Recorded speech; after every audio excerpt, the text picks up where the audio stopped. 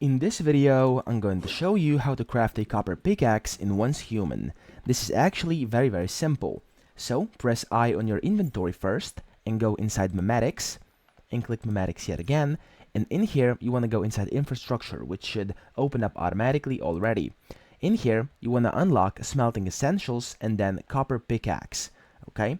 And then once you've done that, you want to simply press the Escape key until you get back into the game, and then you want to walk up to your supplies workbench. In here, you want to press F, and as you can see, you can create a copper pickaxe. Now simply click on it. It costs 5 logs, 7 copper ingots, and 2 raw hide. So you can get logs by harvesting trees, you can get copper ingots by harvesting copper, and then making it in the furnace.